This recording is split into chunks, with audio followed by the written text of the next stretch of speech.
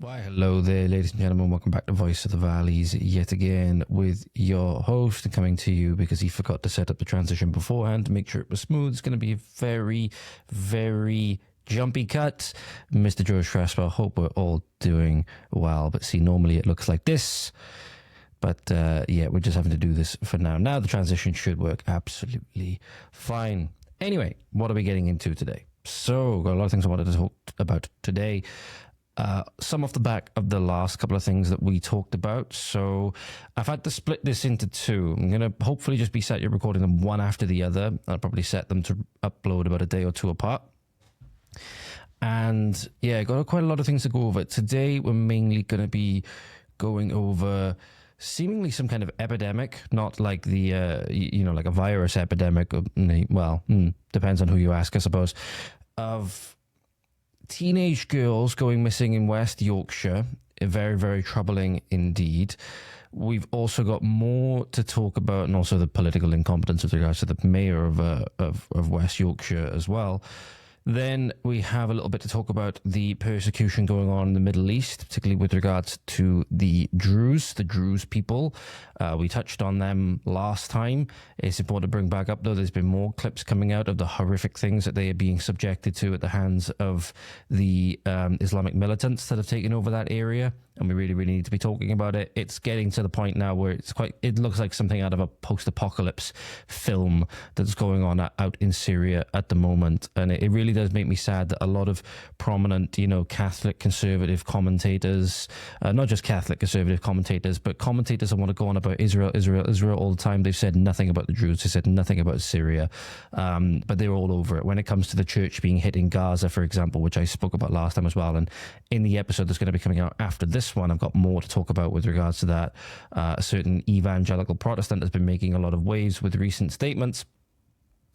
But we're going to be talking about the persecution of the Druze going on in Syria. Malik Butchers is coming back up again. It might be in this episode or the next one. I'm sure. Malik Butchers is coming up again at the next one. They've moved on not only from mocking grooming gang victims and their families, but now mocking the victims of terror attacks. We've got more to talk about as well with regards to Epping and the two-tier police system, and a little bit about Johnson & Johnson off the back of the last episode and stuff like that as well. Finishing up with a lovely Labour councillor by the name of Tom Roca, calling quote-unquote transphobes swivel-eyed and not very well people. So yeah, got a lot to get into today, but first thing we're getting into was that there's been something that's very, very unsettling going on at the moment. It's popping up in my X feed all the time. The post, which I was originally going to refer to, has since been removed by West Yorkshire Police. This is a post from the X page known as Basil the Great, and says, "This is, I believe, the 10th teenage girl to go missing in West Yorkshire in the last month." And he says, "We all know why, but the police don't want to cause." I think my Bible's in the way. I think that might have been in the way at the start of the recording, although I'm not sure. They don't want to cause community tensions or spark community tensions, so to speak. But there was a post that I was going to refer to. I do have the original post here because somebody else has archived it. West Yorkshire Police has removed it. But to give you a couple of examples of what's going on at the moment, I'm not sure how many is going on, but across my X feed, and I've seen other people like a black belt barrister, people like that, sharing these girls going missing in West Yorkshire. And it does seem that every other day you're seeing like a young girl between the ages, let me check here, the ones that I've got here. So between the ages of, 14 and 16, or seeing the ages, because that would just make one age. So from 14 to 16, there's a lot of young girls that went missing. Very short space of time towards the end of June. Towards the end of June, these are from, I believe. Vox Populi has archived this post and posted it on the 27th of June. And the disturbing thing is, at least in my opinion, is that West Yorkshire Police have taken down some of these posts. Either, we don't know. This is the thing that's getting me at the moment, is that West Yorkshire Police, I had a quick look on their page because somebody mentioned when they find people, missing persons and stuff like that, they often do update posts, and they actually do.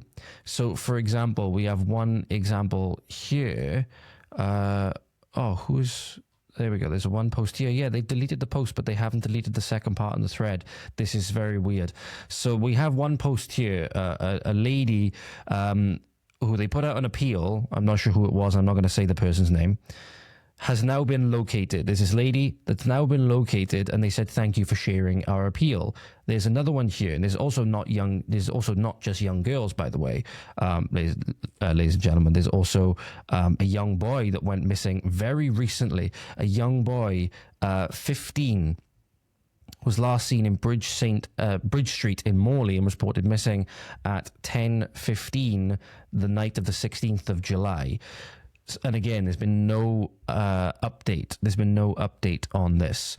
So again, the thing is that when they do find these people, there's another one here, for example, a missing person located July 13th.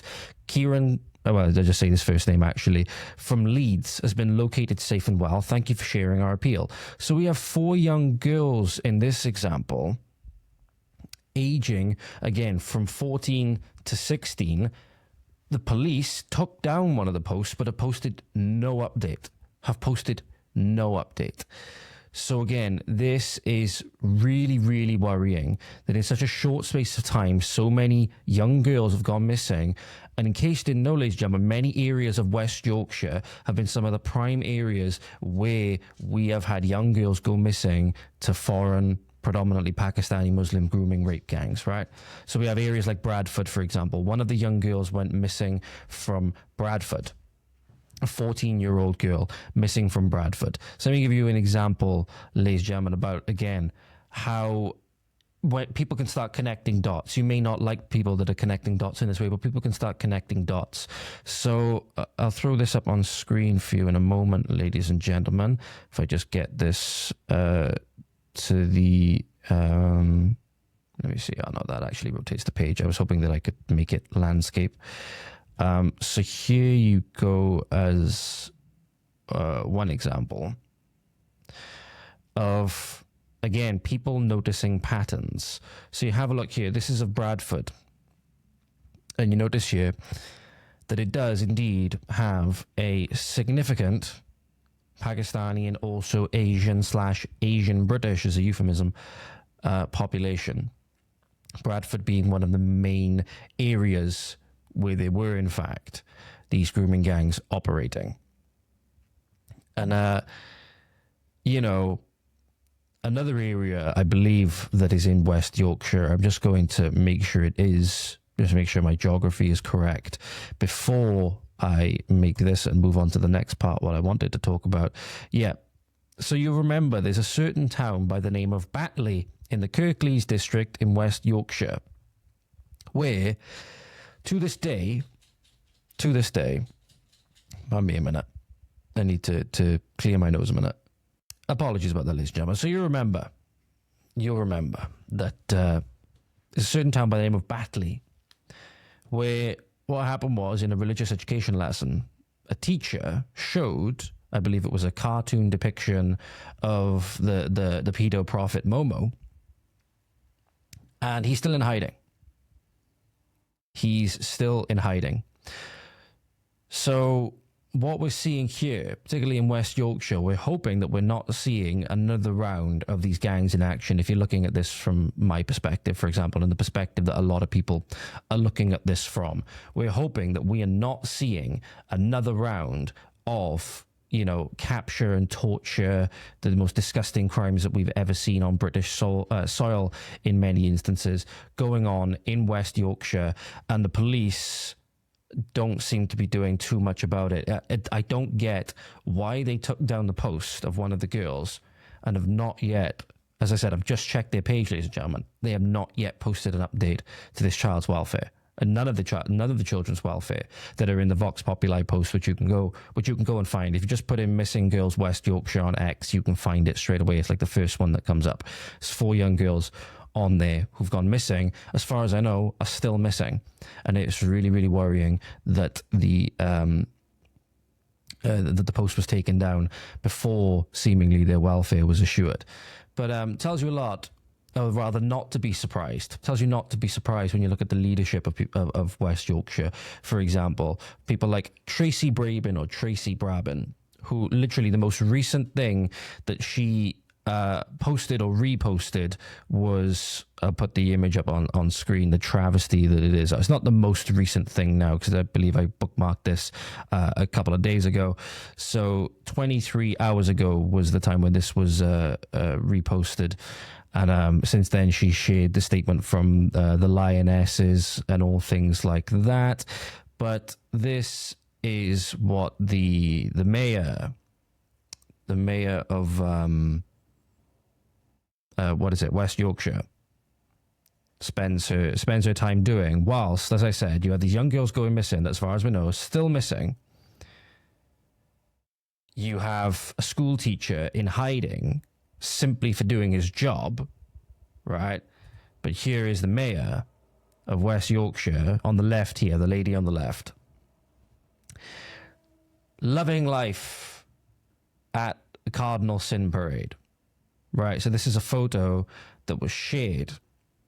This was a photo that was shared by, what's his name? Where is it?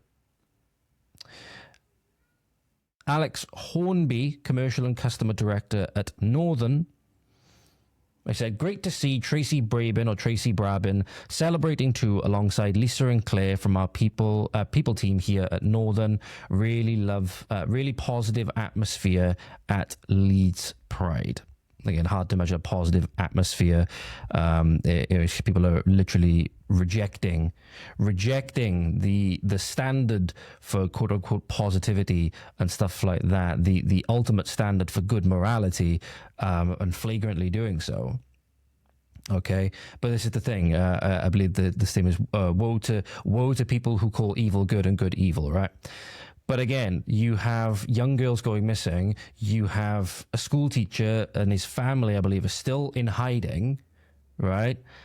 And here is the mayor divvying it up at a pride parade. And you think we don't have major leadership problems? It's kind of funny how, for example, I mentioned this the other day, now that we are now going to be importing, I believe the number, by the way, ladies and gentlemen, is even worse than we were initially forecasting for the amount of Afghans that were going to be brought in.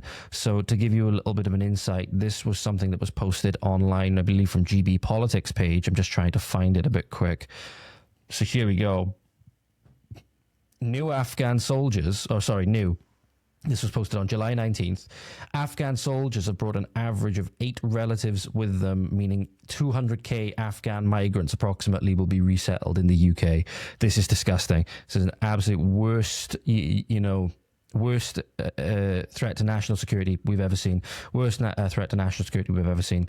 But it's okay, because don't worry, guys. Tracy Brabin and the people of West Yorkshire and these young girls that are going missing, hopefully not going into the hands of the disgusting child rapists that we've seen time and time and time again. Don't worry, because Tracy Brabin's giving it up, living it up with a positive atmosphere at a pride parade. Okay, very reassuring if you're going to be a school teacher that's in hiding, or if you're one of these young girls that hopefully hasn't been accosted by one of these evildoers that our government has brought over without our consent. And against everyone's wishes, the tyrannical, treasonous, treacherous government that we have. But pray for these children that they are found safe. Pray for these children that they are found safe, that they are kept from harm. That if anything harmful, if anything evil does befall them, that the authorities do take it seriously and they actually make sure justice is done this time, so that we can not have the atrocities that we've seen time and time and time again across decades in this country, where potentially it's in the millions of young girls that have been failed across multiple generations, as we covered before, going back to the 50s.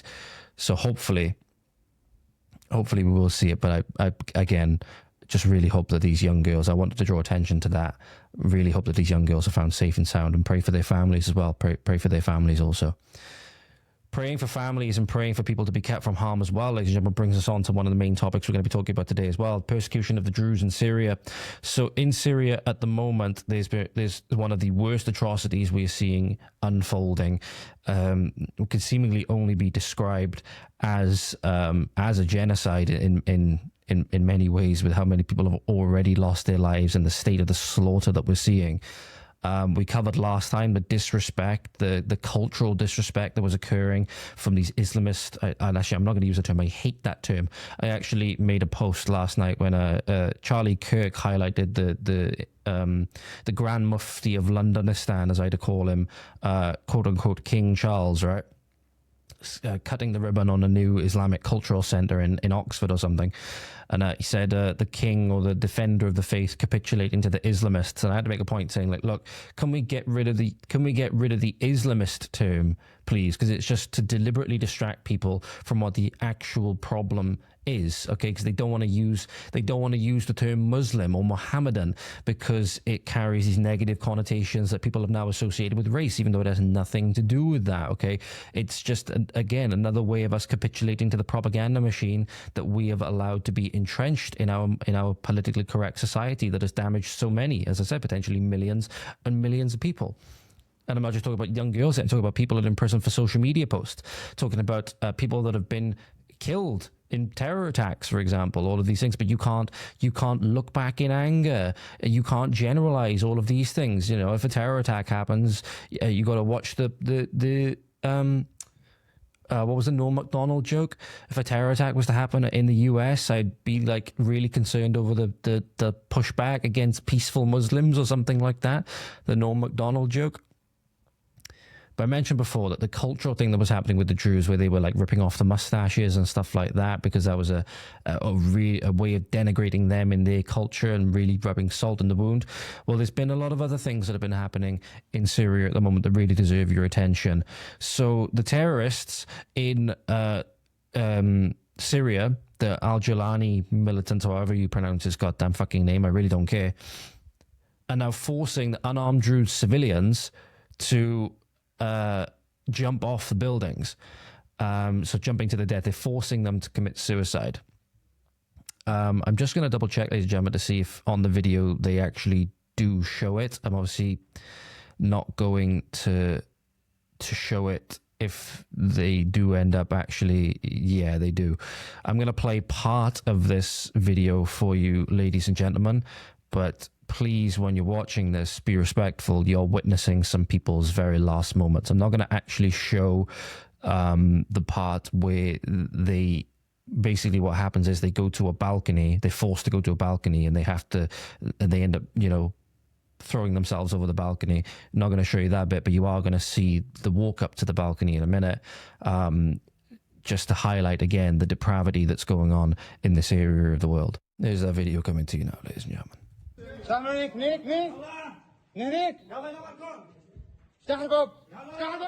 So you can see, there's the balcony. There's the balcony. They're opening the door.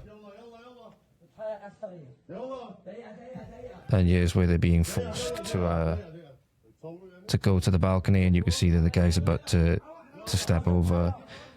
And that's where we're going to cut that video. That's where we're going to cut that video. Very shortly after that, ladies and gentlemen, they do get forced to over the balcony to jump to their deaths. So, yeah, I'm just going to quickly, because again, it's important to really bring as much attention to these things as possible. I'm going to bring up their names because the three people, I believe it was, were named. There were three males. It was, so you had Muad Bashar Anu, I hope I'm saying that right, or Arnus. So you have Muad, M-U-A-D, Bashar, and then A-R-N-O-U-S. I believe these two were brothers, by the way, because then you have Bara Bashar Arnus, and then you also have their father, Bashar. And I believe there's a fourth person here that is a person by the name of Osama. It's obviously quite an unfortunate name, but again, they were all forced to their deaths. So here, I'm going to bring this up. This is a still, again, from just before they were from just before they were forced to jump to their deaths. These are, the faces of the victims that you just saw. So again, may their memory live on. May their killers and all of the you know, the radical Muslim militants that are perpetuating these atrocities face the justice that they deserve, and face the justice that they deserve. It's very hard. It's very hard in these instances. It's very hard in these scenarios to pray, and I can only imagine how hard it is for, you know, the families to, you know, try and bring themselves to forgive, especially right now. But that's what I'm saying. May pray for these people, ladies and gentlemen, that obviously pray for the repose of these gentlemen's souls, and pray for their families that they be comforted, and their hearts not harden too much, where, and again, this is coming from the standpoint of Christianity being true, that they may compromise their own salvation. But truly, truly horrendous stuff.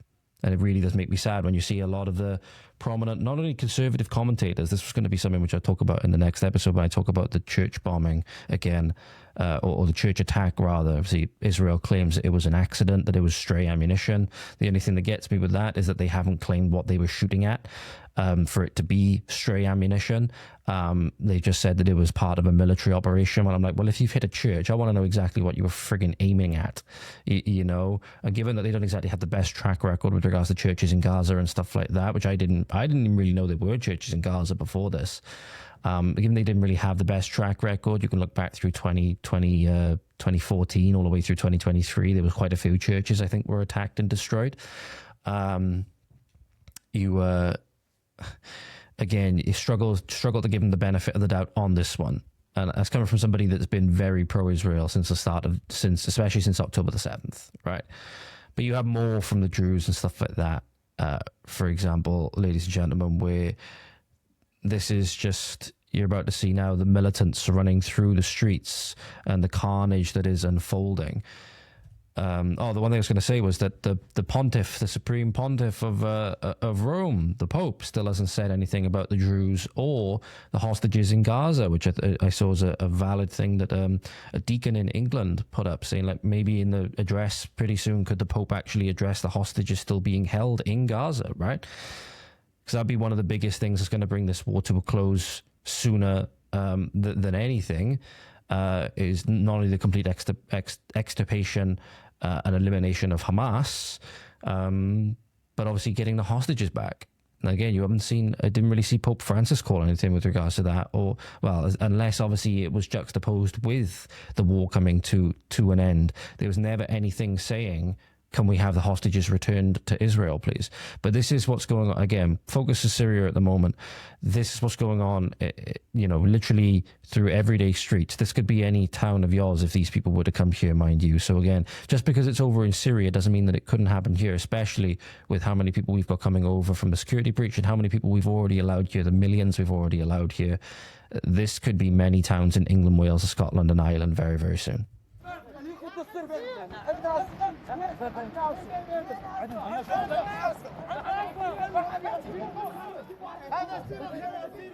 So you can see heavily armed militants just making their way through the streets. You'll see the guy recording this now in a moment. Wearing the tea cloth around his neck. That's why I'm saying, people, please pray for these people. It's truly, truly horrendous. And make no mistake, there's been many. It's not just like, these are not just meaningless bombs going off and stuff like that. I think it's in the tens of thousands so far. I think I don't know the exact figure. Might see if I can find it a bit quick in a moment. But for those of you giving it I can't play this. I won't play this video because it literally people being slaughtered. This is a video of Syrian forces. Turns out they've actually murdered an American citizen and his entire Druze family.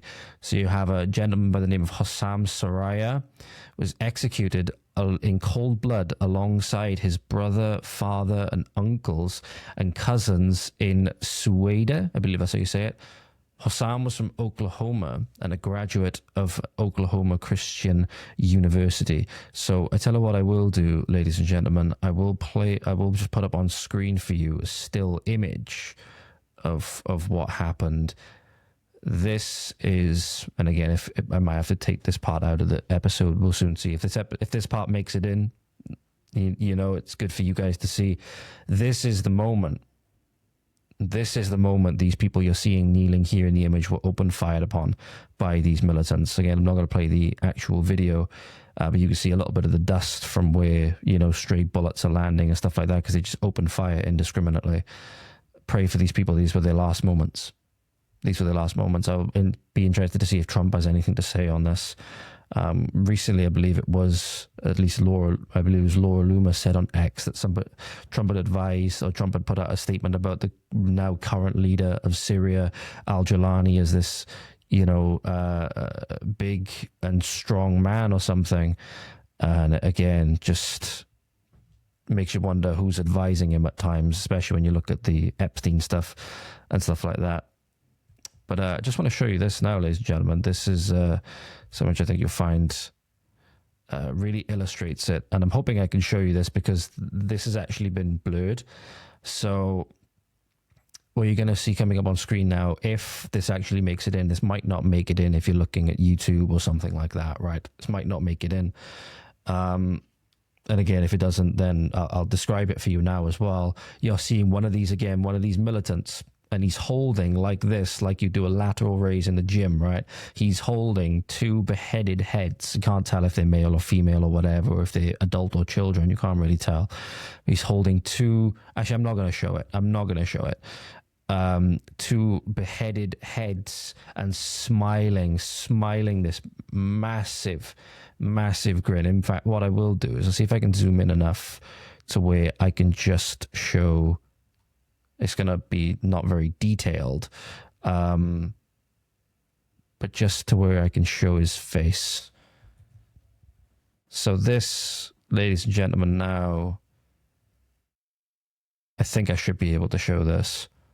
This is the face of somebody that's holding up two beheaded heads, which you can just see with the pixelation here on the side. And you can see how happy, how elated... You know, just a pure bloodlust. Just a pure bloodlust. And then you wonder why our politicians saying Muslim values are, for example, in this post where this person's posted about Mark Carney, Canadian values, or Muslim values, or British values. No, they're not. No, they're not. We have nothing in common with this. We're the exact opposite of this. This belongs nowhere in the world, period. This belongs nowhere in the world, period. And again, really, really sad to see in some instances that a lot of the people that want to go Israel, all of these things, they're completely silent when it comes to this. Shame with regards to obviously at least at time of recording, I've just brought up some of his posts on X as well, that the Supreme Pontiff, you know, Pope hasn't said anything about this. It makes you wonder, do they not want to say anything because they don't want to offend? They don't want to offend? They're scared of what the you know, the backlash will be, or they're scared of how they'll be criticized or whatever? Why are they not saying anything? Are they saying it, for example, about Israel because they know they'll get away with it? They know they'll get away with it in... Sorry, ladies and gentlemen, I got a really weird sound coming through my headphones. Are they saying about Israel because they know they'll get away with it, for example? Whereas if they were to say it about these militants in Syria, they might then, you know, fear some kind of retribution or something like that? I don't know. I don't know. Obviously, it's easy for me to, you know, sit here and criticize and all of these things, right? But again, you do have another set of atrocities going on now, and people are just completely silent about it. People are completely silent about it. It's truly, truly horrendous. I'm just going to see if I can... What the hell's going on here? Very weird. Sorry, my headphones are making a really weird sound. It's really, really annoying. It's very annoying indeed. I turn that all the way down. Now I can't hear anything. I need to keep it up a little bit because otherwise I can't even hear the media. So again, pray for the families, pray for the souls of the fallen, obviously, ladies and gentlemen. And pray for all the evildoers as well. Pray for all the evildoers that they will come to understand, that what they're doing is heinously evil, and that they may be able to save themselves. That's ultimately what we should want. Speaking of evildoers, what's been quite interesting to see is obviously the Johnson & Johnson stuff that recently got exposed by James O'Keefe. So, I'm sorry, ladies and gentlemen, give me 2 seconds. I don't know what the hell's going on with this. Why? Oh, right, okay. I fixed it now. Why was that doing that? Very weird. I had my cable in a certain place and then it was causing a lot of static. There we go. I've managed to fix it. Never mind. So Johnson & Johnson, as I said before, we covered before the lead scientist. What was his name? Josh Reese, I believe it was, admitted on camera, unknowingly, that the vaccine was never safe and never effective. The Johnson & Johnson one at the very least. And they knew it. They knew it at the time. And they distributed it anyway. One of the worst crimes we've ever seen in recent memory. Well, there's been another Johnson & Johnson employee, the executive and senior clinical analyst, David Altman, has been caught again on undercover camera from an hidden camera from an undercover journalist. He admits that baby powder, Johnson & Johnson baby powder, contained cancer-causing heavy metals. And is quoted as saying, "This is not your father's Johnson & Johnson or J&J. They really don't give a shit about people, or they don't really give a shit about people. It's not the talc itself that gives you the cancer, it's the heavy metals that are in there, as in the baby powder." So this is the video of that now coming to you, ladies and gentlemen. Again, seemingly uncovering a lot of medical and consumer malpractice at the moment that is now moving on to putting, very young babies in danger. This is not your father's J&J. I don't think that we are unethical in things that we do, and I think that they don't really give a shit about people. It's he. I have to know. When I started working on the consumer group. So that was actually the Johnson's was one of my brands. And so I managed all the baby products. No so I actually, way. when that all happened, I was working on that. So the heavy metals, it's not the talc itself that gives you the cancer, it's the heavy metals that are in there. In a shocking revelation, Joshua claims that... So that's, again, I'm not sure if this is specific to America, for example, but that's, a really shocking admission that they're not just openly saying. Like, I do wonder how people get caught on these things at times, that they're openly talking about these things. As they say, loose lips sink ships, right? That's the common saying. But they're now openly admitting that it's... What was the quote? So let me just get the timestamp. Okay. So the quote, the thing that he said was, the heavy metals, it's not the talc itself that gives you the cancer, it's the heavy metals that are in there. So in this powder, right, in this baby powder, why on earth are there heavy metals in there? Why on earth are there heavy metals in there? That's what I want to know. But there's a little more here, ladies and gentlemen. So James, after this little bit of exposition, moves on to ask, or his undercover journalist asks, did J&J products cause any harm? I haven't watched this part of the video yet, so let's have a little look to what they say about that. Do J&J products cause any harm? Because it's caused a lot of harm to women, right? With the ovarian cancer. It has. Well, things happen, especially in a company like J&J that has hundreds and hundreds of thousands of employees around the world. Things are going to happen, unfortunately. Do they believe that talcum causes cancer? They looked into it very closely, but they just couldn't. It wasn't, I guess, in their minds, statistically significant enough where they felt that it was a, some kind of serious type of an issue. How do I know that didn't cause my sister? She had ovarian cancer. Johnson & Johnson Shit.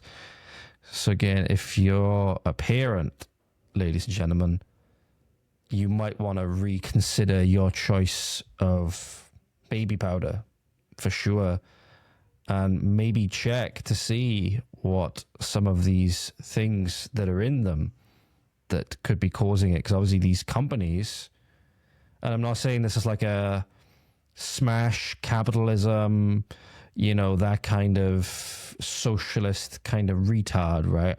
I'm not saying it as that kind of thing. But these companies now, these big companies like Johnson & Johnson and you know, vaccine manufacturers and all of these things seem to be putting their bottom line before anything else, before safety, before risking things like ovarian cancer and all of these things. It seems as though their safety standards are not there. Presumably, we can guess that's because they want to cut corners. They want to save money on these things, and they're willing to compromise people's safety to do it. The thing is, there's a little bit here. There's a slide from this. This is not new by the looks. There's been many headlines here, so I'll read some of them for you now. Johnson & Johnson hit by 11,000 more lawsuits linking baby powder to cancer after judge throws a $9 billion settlement case. Johnson & Johnson hit with a $29 million verdict in the mesothelioma, if that's how you say it, or mesothelioma case, however you say it. Texas reaches $290 million settlement with Johnson & Johnson in nationwide opioid case. Johnson & Johnson is using a bankruptcy maneuver to block lawsuits over baby powder cancer claims. So very, very, very not good. I would strongly advise that you reconsider, especially if you're a parent, your choice of baby powder product. And if I can just I can't find anything in here so far that links to like the specific things which you need to be aware of. I'll see if I can find something that tells you the things which you might want to look for in a moment, and just see if I can find anything for you, ladies and gentlemen. Okay, so I had a quick scan through the video. I couldn't find anything that seemed to indicate the things to look out for, ladies and gentlemen. But again, the guy was saying that, again, they're not ethical in the things that they do. Again, it's all about, money at the end of the day. So, yeah, I would strongly advise you as a parent, if you are using Johnson & Johnson talcum powder product, to reconsider. So, on to one of the last things we're going to be talking about today now. So I've managed to get some additional context for you, ladies and gentlemen, through a video. On the video that we talked about last time, the chaos in Epping, about the guy that seemed to be standing off with police. I've actually found a few seconds before the actual video that we saw, the one that was buffering and playing up for me, that really shows why the police were angry. So obviously this was outside the Bell Hotel. People were protesting, and later on this did obviously descend into violence, seemingly because the police agitated it. The police seemed to bring the protesters, the agitators, the Antifa types, to the event, which was peaceful. And there's been another protest in Epping, by the way, as well. There's another one scheduled, I believe, for Saturday. Tommy Robinson is allegedly going to be attending, and I sort of sparked a little bit of discourse in being like, look, the locals have got it handled. Can we not throw petrol on this fire and cause it to go out of control, and the media will have a field day, all of these things. A lot of people are saying, look, a lot of people appreciate it. It would be better, though, if Robinson doesn't attend, especially when he said he was going to bring thousands of people and stuff like that. But so we have this video now. This is the additional context as to what was going on. And just makes you think, ladies and gentlemen. We got another clip coming up in a moment, just blatantly showing the two-tier policing. If, it was to be, and again, the lady that ran over the protester when it did descend into chaos, you got to think they would never do it to like a Just Stop Oil protest and stuff like that. You got to remember, the police hate you. The police absolutely hate you. It's shown by this video now, where you'll see the gentleman whom we saw before. And what actually made him seemingly aggressive towards the police, even though he does seem to be a little bit aggressive anyway, is the fact the police officer in the riot gear here actually bashes him in the face with the shield that he has here. So this is the additional context that we missed in that video, ladies and gentlemen, that I showed you last time. Bang. So again, if this was, I'm going to keep letting it play. If this was a left-wing stand-up to racism agitator, pro-pal agitator, you never see this. You only see things like this on St. George's Day when it's English people wanted to go out and celebrate St. George's Day and stuff like that. I believe this gentleman here was later on arrested. So again, not really too sure what to say with regards to this. But again, it does make you think that, the police have told us whose side that they're on. So you have that example, ladies and gentlemen. You then have this video, which is the one I showed you last time, which let me just bring it up on screen for you. This is the video of the police van going through the barrier. And as you'll see here now, this is where the protester gets run over right here. So the female driver comes up and runs over the protester. Never would happen. You see them leaving Just Stop Oil protesters in the middle of the road, despite the fact that they're blocking ambulances, they're blocking motorways. They have no right to do that. It is illegal.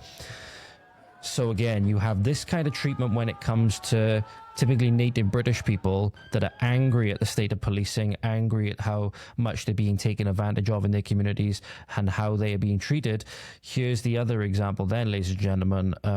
Let me see if I can find the longer video version of this. This is the clip of the police officer. Sorry, it's not even a police officer. It's not even a police officer. It's a community liaison officer. Here we go. I've got the longer version of this clip now. Police liaison telling group of Muslims in Stoke, this is from August last year, if you have any weapons, please discard them at the mosque.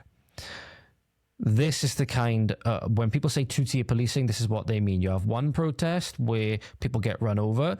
You have another protest where people are asked, please leave your weapons at the mosque.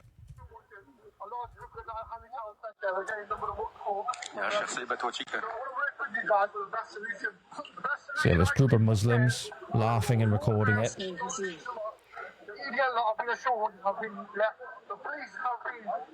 Have you noticed who the person delivering this message is? The community, because it's the community that matters. It's the community that we're here for. This mosque is small group. If there's any weapons or anything like that, what I would do is discard them in the mosque. There we go. You don't give anybody any reason. So a foreigner telling his fellow foreigners, angry foreigners typically that want to subjugate and enslave us and take over our lands, if you have any weapons, please discard them at the mosque. Literally, when the police say that they defer to their own communities to police them, this is what they mean. Police have said they won't police these communities. But when it comes to you, ladies and gentlemen, when it comes to you who have been agitated in what was a peaceful protest from the start, this is the treatment that you get. Just let me remind you. This is the treatment that you get. Muslims and foreigners get please leave your weapons at the mosque. You get run over by a police van. Don't ever tell me that two-tier policing doesn't exist. Don't ever tell me that two-tier policing doesn't exist. Apparently at the Epping protest that was yesterday evening, again, this further highlights the difference between how police will police these events. They'll protect people like Just Stop Oil and the pro-pal protests and all of these things, the child rapists and all of these things. However, what have been dubbed snatch squads were out tonight, this is referring to last night, in Epping. This is Active Patriot reporting. So I wonder what the hell that was. It was a major knocking. Give me 2 seconds, ladies and gentlemen. Okay, I think it was someone outside. think it was someone outside in the garden. I thought it was somebody at the door initially. Anyway, so here you go. This is how the police were responding to last night in Epping. And again, just notice the difference. Just notice the difference in response. I know noticing is a crime now, ladies and gentlemen, but just notice the difference in the response.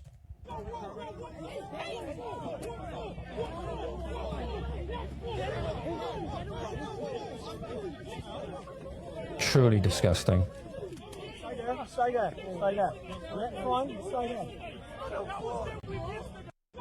Then they act confused when people hate them. They act confused when people hate them because we see what side you're on. You're on the side of the enemy. You're on the side of the enemy. So this is truly, truly disgusting. Truly, truly disgusting. Again, what are we supposed to do as just regular British citizens? What are we supposed to do? In many ways, we kind of just have to sit back and take it and go along with it, because if we try to resist, if we try to do these things, it'll just go even worse for us. It'll just go even worse. Again, I'm for people defending themselves, don't get me wrong. That's why I'm very, provided we go back to being a morally upright, virtuous, God-fearing nation. I'm very pro Second Amendment for the natives of for the natives of our countries, particularly because we need them. Because the state will take away guns from us, and criminals will still have them. Gun control doesn't work. Doesn't work. Otherwise, again, we'd see zero gun crime. We see zero gun crime, but as I've touched on before, Sammy Bulgravano always says, look, if I'm a criminal, I'll always have a gun. I'll always have a gun. It's funnily enough, when laws come into, again, disproportionately affect normal law-abiding people, you have to then start questioning what it's being done for. And we're now seeing what it's being done for. So if you had, this was happening in, say in a place like Texas or Florida, for example, where you have an armed citizenry, you don't see things like this for the most part. You don't see things like this. Don't see state overreach in this massive way. It makes you see a lot safer communities as well. There was that iconic clip of the sheriff that went viral where he said, you are, even come down to one of our gun safety courses, if somebody's threatening your property, if somebody's threatening your family, you are well within your rights to take their life, Florida. In fact, we urge you to do that. We urge you to deal with criminals, and actually giving people that agency to deal with these problems themselves, showing that they actually trust their citizenry. The nanny state showing that they don't trust their citizenry, and admittedly, with how much we've let ourselves decline morally and virtuously, there's a case to be made that we have to do some soul searching ourselves. We've made a certain amount of this problem ourselves, and if we go back to being a God-fearing, morally upright people, then maybe as it lays out in Leviticus, maybe as it lays out in Deuteronomy, things will actually get a little bit better for us. Speaking of, I said, rejecting faith, and then another one comes in to supersede it. One of the last things we're going to be talking about today is this. So Malik Butchers went viral a little while ago for mocking the victims of grooming gangs. So they staged this skit for their TikTok where they had a foreign Muslim come in, a relatively light-skinned Muslim, come in an English shirt, very angry, swearing, "Where the fuck is my son?" And the guy behind the counter goes, "Oh, you mean halal, kid?" Right? And the person playing the father goes, "That's not his name," shouts, "That's not his name." And the butcher then, the guy behind the counter goes, "Oh, he's just getting groomed at the back. He's getting groomed in the back of the van." And they then cut to the father going outside, opening the van, and it's a kid getting a haircut in the back of the van. And then the guy from the counter comes up behind him and goes, "He's just getting a haircut. What did you think we meant?" Mocking the victims of the grooming gangs, right? And they tried to come out and say that they weren't, and they tried to put the blame back again on regular British people, saying they were more likely to be convicted, and tried to do this little wordplay that if you again didn't know to look out for it, they specifically chose the term convicted. I believe it was arrested or convicted, because the whole point was that the Pakistani grooming gangs, who we knew about, the police knew about, they were known to police, they were known to government, were not arrested, people were not being convicted, whilst British people were arrested for doing the same thing and for a lot less. That was the whole point. They tried to do a little bit of bait and switch, if you will. They tried to move the goalposts a little bit, and I hope you didn't notice. I certainly did notice. Well, now they've graduated. They've graduated from mocking the victims of grooming gangs to now mocking the victims of Islamic terror attacks. And I do have to wonder, this lady in Hugh, we can presume that the boy's mother, who's willingly going along with this, you could potentially make a case for her needing to be investigated, by social services or whatever, for allowing her child especially to be used in this way. Oh, voice break. Oh, no. Oh, that was an awful time for a voice break. But for allowing a child to be used in this way. Allowing a child to be used in this way for social media clout by these disgusting people. So, again, certainly a case for maybe investigating the lady here. But this is the video that they posted to their social media. Again, just completely disgusting behavior from these foreigners that have no right and shouldn't be here. So it says here from the person that posted this, in last week's video, I believe this was a little while ago, I think it might have been 2 weeks ago, they mocked victims of rape gangs. This week, it's victims of terrorism. And he actually points out what self-respecting, he says white woman, but what self-respecting white woman does this to her and her child. Yep, absolutely, completely valid point. But here's the video for you, ladies and gentlemen. We've got a family barbecue and I need 10 kg of halal sausages. And 10 kg of halal bacon too. Oh, that's a lot. Do you need help carrying it to the car? No thanks, we've got these. I tell you what, why don't I put them in this tray and just carry it myself, yeah? So that's the end of the video then, the TikTok splash screen comes up.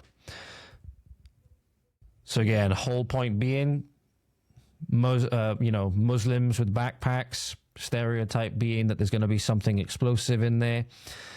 And again, completely now mocking the victims of terror attacks, because that's exactly what happened in places like Manchester Arena, for example. I wouldn't be surprised later on now we're going to see something to do with machetes and they're going to be mocking Lee Rigby. Well, they might have already done that, who knows.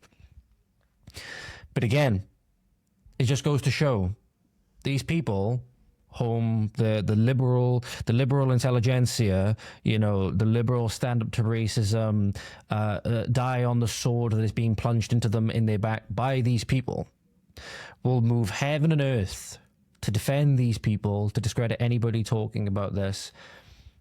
Meanwhile, they're openly not only mocking the victims, they're mocking those people as well as useful idiots. When the cameras go off, they're mocking the hell out of the people that will actually defend them for doing this. You may think it's just, it's just a harmless joke. Well, we've seen too many instances of, Muslims blowing themselves up, Muslims killing our soldiers on Tower Bridge, Muslims grooming, raping, trafficking, drugging, torturing our young girls and being proud of it in the name of their God, right? There's enough instances to that. I'd be like, maybe they're not actually joking. Maybe this is not a joke. Or maybe it's a joke to them. Maybe we shouldn't take it as such. These people, ladies and gentlemen, are not our friends. It's very sad. It's very sad. I see more and more people, still so many people, not realizing that. Not realizing that. But just when you thought that Malik Butchers couldn't get any more shameless, they went from mocking the victims of paedophilic Pakistani Muslim rape gangs to then mocking victims of Islamic terrorism. But remember, multiculturalism, folks. Remember, diversity, folks. Remember, diversity built Britain. Diversity is our greatest strength. Remember that. And finally, speaking of, again, overall degeneracy, a Labour MP was exposed recently. Tom Roca, the Labour MP for Macclesfield, openly touts himself as the first openly gay MP. I believe he says. I believe that's on his Wikipedia page or on his other page. I believe he's very proud of the fact that he's open and gay. Goes on a rant attacking the Supreme Court and EHRC. And he even calls those with concerns about gender ideology, transphobes, and swivel-eyed and not very well people. Yes, it's always, to these people, the inversion of reality is true. It's not the people that are horribly confused about what they are, need desperate help in dealing with this, right?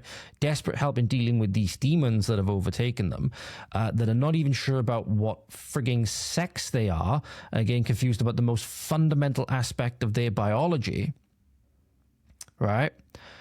And then whoever disagrees with them because they are in accordance with reality and human nature, they are the ones that are not well people.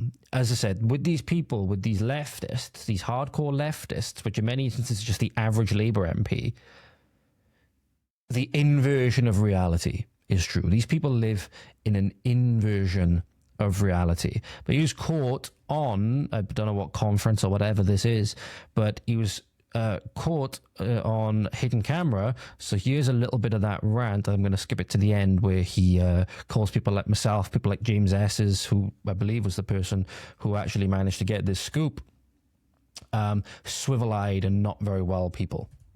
And then closer to home, really depressingly, we have the Supreme Court ruling, which, we had language by many people, including my own party, of clarity. I thought it brought no clarity whatsoever. It caused fear and incredible uncertainty.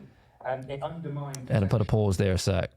So something which clarified, something which literally put in that sex is biologically determined, that male and female, biologically determined, literally cleared everything, brought no clarity.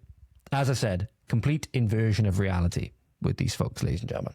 That we thought that we'd already won. So there are attempts to divide our community, to take the T out of the LGBTQ plus, and we must make sure that that doesn't happen. And there are people in our own community that do that, and I'll mention a little bit on that in just a moment. I challenged the Equalities Watchdog after that very depressing Supreme Court judgment. And again, leadership is also about recognising there's a fight and there's a struggle. I think we shouldn't be afraid of using those words. It's an important point coming up here. Clearly led by somebody who is not a friend of our community, in my view. I want to make sure the next head of the EHRC is somebody who is a friend of our community, and I've got colleagues in Parliament. There we go. So he literally just says this, well, he's got colleagues in Parliament working on that. That's a very, very important point with how radical these people are. So you have the Equality and Human Rights Commission. That is the EHRC. So he's literally saying within the Equality and Human Rights condition, Equality and Human Rights Commission, he wants to put in people that are more friendly, quote unquote, to his version of reality, which is a warped inversion of reality that has done significant damage, particularly to young people. Tim has no problem with that. Tim being this openly gay MP, obviously he has no problem with that. And again, people who are calling all of this but way back when, they were saying it was a slippery slope and all of these things, maybe they had a little bit of a point, Maybe they had a little bit of a point. But he's literally saying there he wants to overturn, basically saying that he wants to overturn the highest court in the land and supplant these agencies or whatever, these commissions, with these radical left-wing ideologues. This should be something which sets major alarm bells off that, I don't know, did the people of Macclesfield vote for this? Is this what the people of Macclesfield voted for? But in many instances now, we're seeing the democracy's sham because these politicians now see no reason to do what the constituents want to do anyway. They literally just want to get into power so they can do whatever the hell they want because now they're accountable to no one. They're accountable to no one now. So literally saying, again, wants to pack this commission with people that are sympathetic to his worldview, which has resulted in child sterilization, osteoporosis in kids in their bloody 20s. You know what I mean? Again, they're not kids, but you know what I mean. Truly, truly awful stuff. But he doesn't care about any of that. He doesn't care about any of that. He just cares about virtue signaling to this sick, twisted, satanic agenda. And the really thingy point comes later on when he's saying he wants to, again, pack these commissions, and, you know, in many ways all of these people want to pack Westminster and places like that with actual legislative power to circumvent these changes at the Supreme Court and stuff like that. He brings up charities and stuff like that he believes are doing great work, like Stonewall, all of these things. This guy is extreme, right? This guy's extreme and just indicative of the regular Labour MP by many estimations, which shows you how extreme the Labour Party has gotten in these instances. But this is the part of the video now. I'm going to skip it all the way to the end. It's about 7.5 minutes long. But this is the bit getting towards the end now, where he says that transphobes and people that adhere to human nature or in accordance with reality and human nature are not well people. It's where he says that all you do is have a conversation with them, and you know, it's always a case of when these radical, disgusting, nonsensical ideas are exposed that, oh, it's them that are the not well people. Of course. Let me just bring this up now. I think that's a much better place for all of us to be. What we can't be is we can't look like the alternative version of the transphobes, because they. I mean, the best argument against them is a conversation with them, because they look swivel-eyed and honestly, they're not very well people. I don't think the ones that I've met. I think Stonewall and other groups like Transcend are really, really good. So sign up to Swivel-eyed and not very well people, because they're ladies and gentlemen, resourced and they're well briefed. They've helped us with some of the campaigning work we've done in Parliament. He literally said Stonewall has helped them with a lot of the campaigning work in Parliament, which again tells you the influence of these radical charities and stuff like that. Stonewall, a coalition of charities, by the way, like Mermaids and even the NSPCC and stuff like that. By the way, Mermaids, if you remember my conversation with James Esses, was one of the charities that was sending out breast binders to young girls behind parents' backs. Okay? It really should shock you that, again, in Wales, for example, parents have no parental rights. Parents have no parental rights in Wales to object to things like RSE and the sexualization of their children through the education curriculum and all the rest of it. But apparently the children have sexual and reproductive rights from birth. So again, we've become a completely morally bankrupt, disgusting country, and it needs to be reversed. It needs to be reversed. And the only way we're going to do that is if we understand that this whole secular, you know, experiment, if you will, secular atheist experiment and the scientific utopia it was supposed to bring has completely failed. It has completely failed and led to some of the worst atrocities that we have ever seen. Turns out humans are not enlightened enough in and of themselves to be making these kinds of judgments, to be setting the moral standard. They are not supposed to do that. We've seen that time and time and time again now. And again, it's laid out very clearly in the pages of Leviticus, for example. Leviticus chapter 28 is laid out in Deuteronomy, Leviticus chapter 26, sorry, and then Deuteronomy 28. What will happen? The blessings for obedience and the curses for disobedience and stuff like that. It is laid out extremely clearly. It is laid out extremely clearly. So I just think until we start taking that seriously, all of this is not going to get solved. It's going to get even worse. And what we're going to see is we're going to keep shifting between these political and moral extremes, because the person coming in next is either going to have the same philosophy or a different philosophy that is still bound up in this overall philosophy of relativism that has led us down this path. Because the thing is from the relativist perspective, you can't say that anything that's happened is wrong. You can't say that ethnic cleansing of Britain is wrong. You can't say that the rape of Britain is wrong. You can't say that child sexualization is wrong if it's purely relative, because you have to have something objective to appeal to.